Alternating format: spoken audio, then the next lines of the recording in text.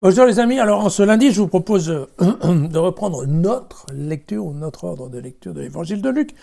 Et donc aujourd'hui, nous allons lire le chapitre 4, les versets 38 à 44 pour parler de la guérison de la belle-mère de Simon.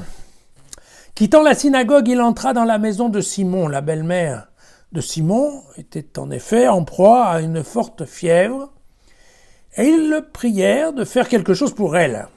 Alors il se pencha sur elle, il commanda sévèrement à la fièvre, et celle-ci la quitta.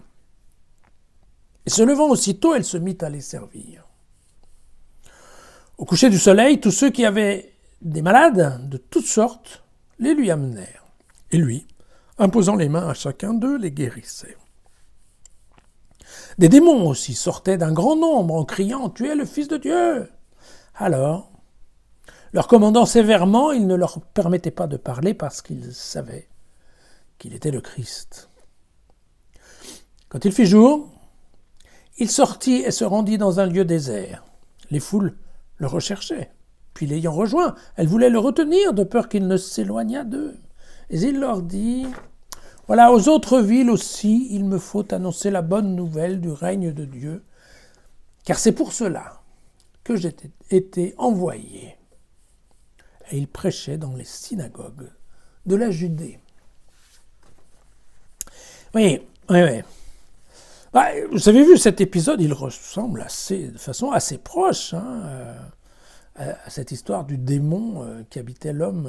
Vous vous souvenez de la synagogue de Capharnaüm, avec la parole qui a de l'autorité, et le démon qui sort, l'homme qui tombe sans se faire mal. Vous vous souvenez de ça? Tu es le Saint de Dieu, que nous veux-tu? Voilà. Eh bien, en effet, on se rend compte que le texte est presque le même.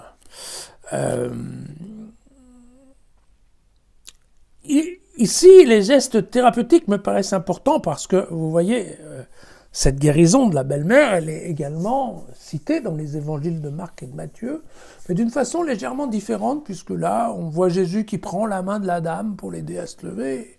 Évidemment, elle se lève, elle n'a plus de fièvre, elle peut les servir. Mais ici, il y a ce détail qui est quand même important chez un médecin, qu'il se pencha sur elle. Alors, il se pencha sur elle, bien entendu, ça nous fait penser à quelque chose qui est raconté dans le premier livre des Rois, au chapitre 17, au verset 21, dans un contexte qui est que Élie vient soigner le fils de la veuve de Sarepta. On parle souvent de la veuve de Sarepta car c'est un des trucs miraculeux avec Élie. Il a faim et il demande à la femme de lui faire des galettes. Et celle-ci répond qu'elle ne peut pas parce qu'elle aussi a la faim, elle a un fils à élever et qu'elle n'a presque pas d'huile. Et que donc les galettes, il ne va pas y en avoir tout le monde. Et il lui dit, vas-y, continue, fais ta galette. Et en effet, le pichet d'huile se remplit au fur et à mesure qu'elle fait les galettes. Voilà. Mais cette dame a aussi un fils qui est très malade, et donc, pour ne pas dire qu'il est mort. Et Élie va également s'allonger. Je vous raconte. Élie s'étendit 3 fois sur l'enfant et invoqua le Seigneur en disant, « Seigneur mon Dieu, que le souffle de cet enfant revienne en lui. » Vous voyez qu'on en est prêt. Alors, le traitement qui a été donné à la belle-mère, vous voyez que c'est un succès parce que d'une part, la fièvre s'en va, la quitte, mais qu'en plus, elle récupère très vite puisqu'elle est rapidement debout en train de les servir. Pourquoi les servir? Parce que d'après les textes qu'on a, les 2 ou 3 évangiles correspondent un peu, il semble que la maison de Simon-Pierre à Capharnaüm soit devenue en fait la maison des disciples de Jésus quand ils sont dans la ville. Voilà. Et donc effectivement, ça sera une des premières maisons, comme on appelait à l'époque l'endroit où se retrouvaient les communautés chrétiennes. Et dans cette maison, en effet, c'est la belle-mère de Simon qui fait à manger et qui sert tout ce petit monde de chenapans. Et donc voilà. Si Luc parle du service, ce n'est pas pour insister sur le fait qu'une femme doive servir, quoique ça correspondrait assez bien à l'idée que se fait Luc du rôle des femmes dans la communauté chrétienne. Ça correspond tout à fait à l'idée générale des chrétiens dans le 1er et dans le 2e siècle, qui est que les femmes doivent s'occuper du côté matériel, faire à manger et aussi s'occuper de l'argent. Voilà. Et ça n'ira pas beaucoup plus loin. Et pour être très honnête, ça n'a pas beaucoup évolué, puisqu'aujourd'hui encore dans l'Église, même le pape François ne laisse que très peu d'initiatives aux dames. Bien, fin de la parenthèse.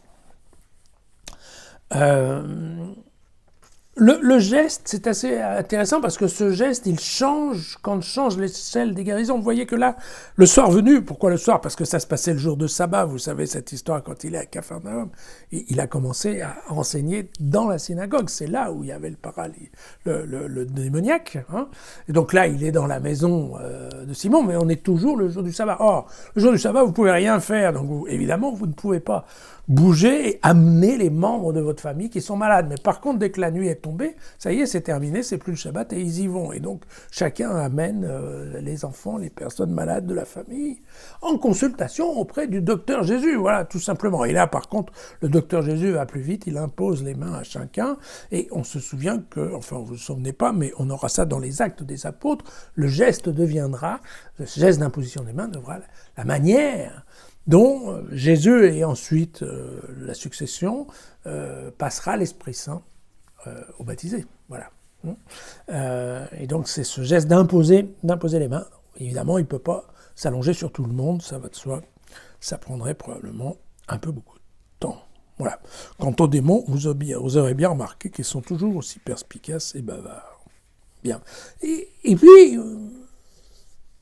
la conclusion, elle est clairement qu'il doit continuer et passer aux autres villes, ce qui correspond, mais alors tout à fait à la tradition du héros grec. Hein. On a ça dans l'Iliade, où effectivement, eh bien chaque fois, le héros doit reprendre son bâton, reprendre la route, c'est le fameux On the Road Again et Show Must Go On. Tout ça, bien entendu, appliqué à Jésus, dont le rôle principal, encore une fois, ici c'est bien expliqué, est d'enseigner. Et la guérison ou l'exorcisme ne sont que des activités, en fait, je dirais secondaires, qui viennent pour appuyer, conforter, en fait, l'autorité de sa parole quand il enseigne. Vous voyez, c'est exactement comme ça. Comme ça que ça se passe. Voilà. Chez Luc, il faut le savoir, la mission n'est jamais loin. À demain.